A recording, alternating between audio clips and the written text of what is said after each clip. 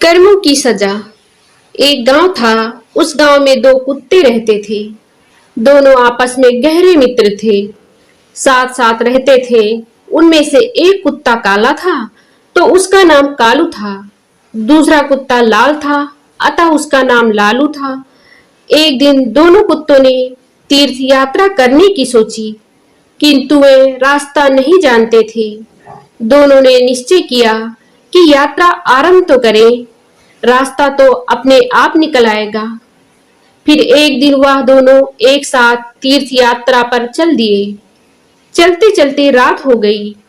वह दोनों एक पेड़ के नीचे सो गए। थके होने के कारण उन्हें नींद आ गई। सुबह होने पर फिर अपनी यात्रा पर चल पड़े। चलते चलते वे दोनों एक गांव के पास पहुंचते हैं। उन्हें भूख भी लग गई थी। वहां उन्हें कुछ चूहे दिखाई दिए। लालू की पूंछ खड़ी हो गई। वह कालू से बोला, क्यों दोस्त, आप कहो तो मैं इन दो चार चूहों की चटनी बना डालूं। कालू ने गर्दन हिलाकर कहा, नहीं भाई लालू जी, हम तीर्थ यात्रा पर निकले हैं और तीर्थ यात्रा में किसी की हत्या करना पाप होता है। तो आप कोई दूसरा उपाय खोजो जिसमें कोई जीव की हत्या ना हो और हमें मांस भी न खाना पड़े।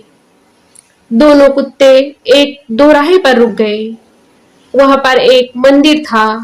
कुछ देर सुस्ताने के पश्चात दोनों ने फैसला किया कि अलग अलग दिशा की ओर चलना चाहिए। जिसको जो मिलेगा खा लेंगे। एक साथ चलेंगे तो हो सकता है कि दोनों में से किसी का भी पेट नहीं भरे। दोनों कुत्ते अलग अलग दिशा में चल पड़े। चलने से पहले उन्होंने तय कर लिया कि वो वापस आकर इसी स्थान पर मिलेंगे। लालू कुत्ता चलते चलते एक गांव में पहुंचा। गांव में एक ब्राह्मण रहता था। वह पूजा पाठ करके भोजन करने ही जा रहा था और उसकी पत्नी ने उसके लिए खाने की थाली सजा कर रखी थी। ब्राह्मण ने भोजन को भोग लगाया ही था कि लालू कुत्ते ने झट से उसकी थाली में मुंह डाल दिया तथा एक पूड़ी उठाकर भागा। ब्राह्मण ने हरे राम कहा तथा हाथ धोकर उठ गया। उसने अपनी पत्नी से कहा, लगता है बेचारा यह कुत्ता बहुत भूखा है, इसलिए हमारी यह थाली आप इसे ही खिला दीजिए। ब्राह्मण की पत्नी गुस्से से बोली, आप यह क्या कह रहे हैं? इस कुत्ते को यह थाली, इतने अच्छे पकवान हैं, खीर, पूड़ियां, दो तरह की सब्जी, अचार, दही। ब्राह्मण दया भाव से बोला, तुम ठीक कहती हो, पर यह भी भूखा है। आप तो यह थाली इसे ही दे दें। सोच लो कि इनके ही भाग्य में लिखी थी। इसके पश्चात ब्राह्मण ने लालू कुत्ते को खूब पेट भरकर भोजन करवाया। लालू ने उसे खूब दुआएं दी। उधर कालू कुत्ता एक सेठ के घर के पास पहुंचा। उसने घर का दरवाजा खुला देखा तो कुछ खाने की आस में घर के अंदर घुस गया। सेठ की पत्नी खाने की थाली रखकर गई थी। थाली में तरह तरह के भोजन रखे थे। कालू कुत्ता को भूख बहुत तेज लगी थी। सामने खाने की थाली देखकर उससे रहा न गया। कालू ने तुरंत ही उसके भोजन में मुंह डाला तथा रोटी का टुकड़ा लेकर भागा। यह देखकर सेठ एकदम गुस्से से भर उठा। उसकी आंखें अंगारों के समान लाल हो गईं, भवें तन गई। उसने अपनी लाठी उठाई। गाली देते हुए उसने लाठी को इतनी जोर से वार किया कि कुत्ते की कमर टूट गई। वह पीड़ा से चिल्लाने लगा। कमर टूट जाने के कारण वह भाग भी नहीं सका। इसी बीच उसकी कमर में दो चार लाठियां और पड़ गईं। कुत्ता अधमरा हो गया। लालू दोराहे पर खा पी कर मस्त पड़ा था। वह बहुत देर से अपने साथी की प्रतीक्षा कर रहा था। उसका साथी उसे कहीं भी नजर नहीं आ रहा था।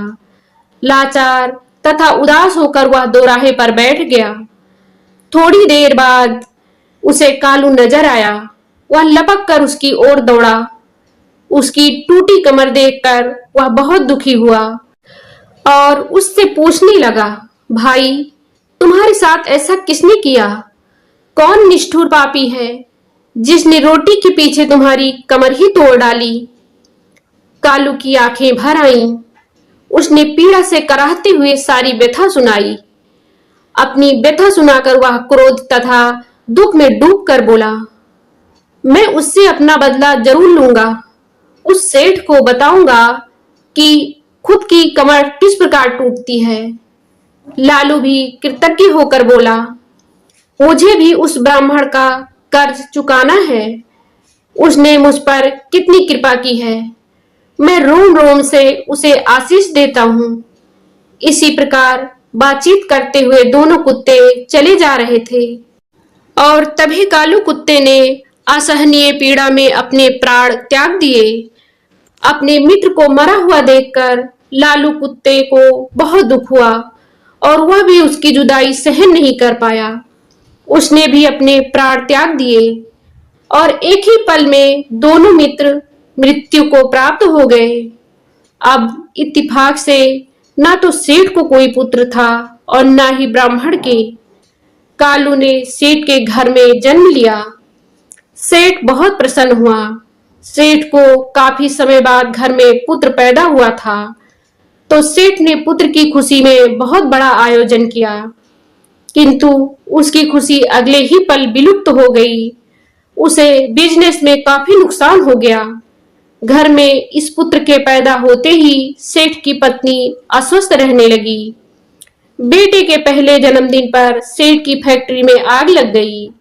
सेठ दिवालिया हो गया। उधर लालू कुत्ते ने ब्राह्मण के घर जन्म लिया।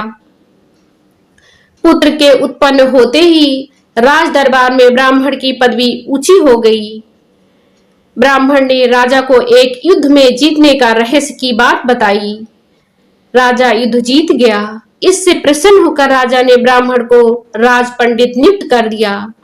उसे एक महल तथा अपार धन भेंट किया। जैसे जैसे ब्राह्मण का बेटा बड़ा होता गया, वैसे वैसे वह भी बाप के समान तेजस्वी निकलता गया। उसने छोटी उम्र में ही सारे शास्त्रों का अध्ययन कर लिया।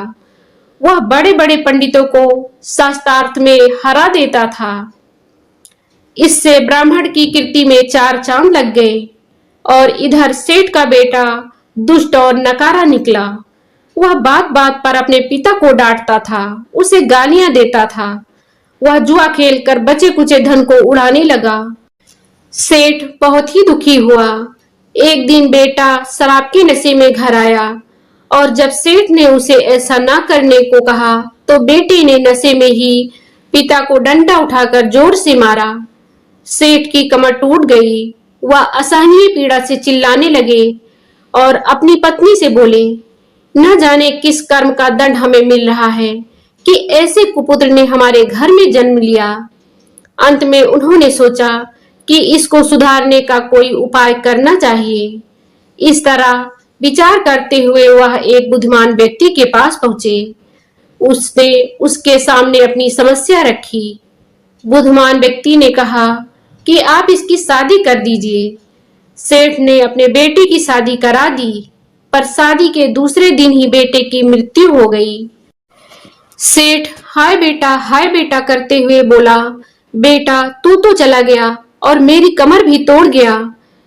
दोस्तों, इस कहानी से हमें यही सीख मिलती है कि हमारे कर्म हमारा जन्म जन्मांतर तक पीछा करते हैं।